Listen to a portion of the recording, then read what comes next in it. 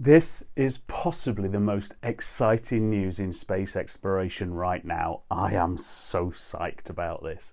NASA and DARPA are getting the band back together to look at nuclear propulsion. Not just write a paper about it or build a grounded demonstrator, but test a nuclear engine in space to get to Mars faster.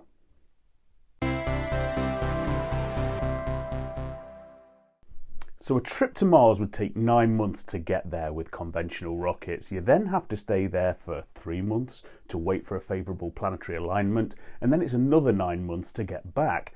21 months minimum. 18 of those are in travel time alone. All that time your astronauts are risking radiation exposure, mechanical failure, unanticipated medical emergencies, or any number of other catastrophic events. But a nuclear rocket engine could significantly cut that time. On paper, they should be 3 to 4 times more efficient. Now, that doesn't quite equate to being 3 or 4 times faster, but it does mean huge savings in terms of how much more equipment you can take with less fuel needed and get there much faster too.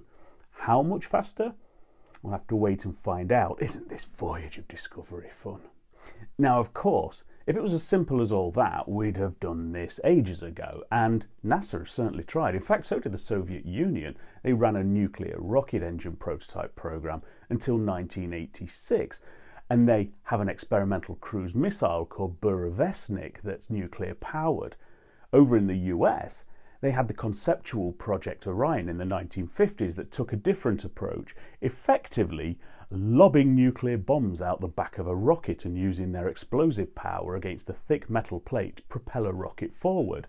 That was clearly a stupid idea, and they then turned their attentions to nuclear thermal engines under Project Rover for ballistic missiles, which then became Project Nerva, until it was mothballed in 1973, just before in-flight tests were due to be tried.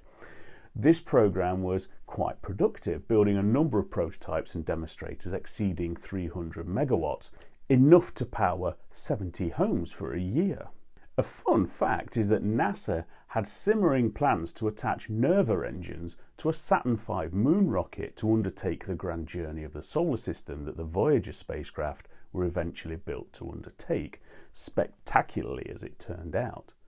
The US Air Force and NASA then had a play around in separate programs for very different purposes in the late 80s before NASA settled on Project Prometheus to build nuclear ion engines for deep space robotic missions. Since that program was cancelled in 2005, nuclear has been out of favour until this new collaboration between NASA and DARPA to demonstrate a nuclear thermal engine in space by 2027. In this kind of engine, a nuclear fission reactor is used to generate extremely high temperatures. The engine then transfers the heat produced by the reactor to a liquid propellant, which is expanded and released with force through a nozzle to propel the spacecraft forward. So it can reach temperatures of 4,000 degrees Fahrenheit, which would be catastrophic if the enriched uranium-fueled reactor suffered a meltdown. But many conventional rocket engines often reach 6,000 degrees Fahrenheit without mishaps, and they're more complex. And of course, one of the big issues is going to be around public acceptance. People get nervous around nuclear. Even though no one has yet powered a rocket with nuclear engines, many famous satellites and rovers have been powered by radioisotope thermoelectric generators, or plutonium pigs, that act as a long-lasting nuclear battery. There were even protests during the launch of the Cassini spacecraft in 1997 to explore Saturn because it was powered by 33 kilos of plutonium that had to survive a rather risky launch and not explode to rain down over a wide area. Same for the Galileo spacecraft to Jupiter in 1989.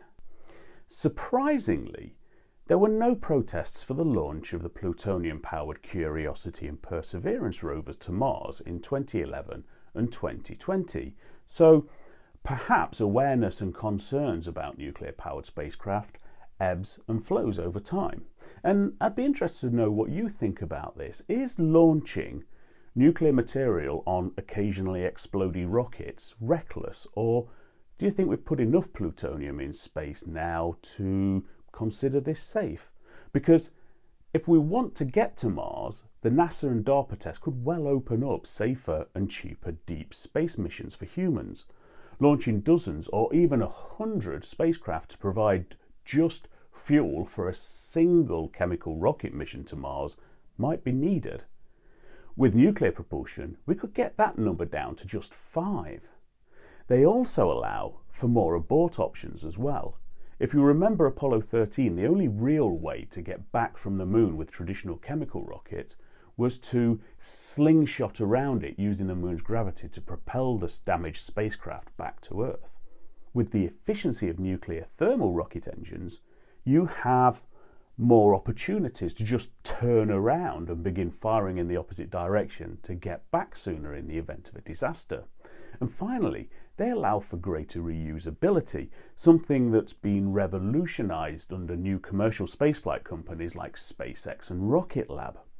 Nuclear propulsion means you need fewer refueling depots en route to Mars or other destinations in the solar system than conventional chemical rockets would need, making it an environmentally cleaner and more efficient way to refuel in space. So, once this technology has been proven out by NASA and DARPA, who knows if Musk will use nuclear engines for the upper stage of Starship or Bezos for the upper stage of New Glenn. If it increases the reusability and makes the spacecraft faster and more efficient once in space, they'd be foolish not to, wouldn't they?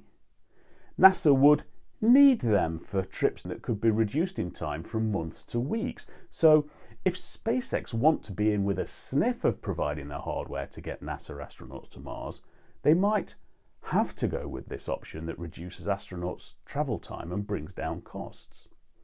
But what do you think? Is this just like the old projects in nuclear propulsion that get shut down before they mature? Or is it the technology needed to open up the solar system to human exploration? Let us know what you think about this in the comments below, and check out these videos that run through countless other reasons why it's so hard to get people to Mars and back alive.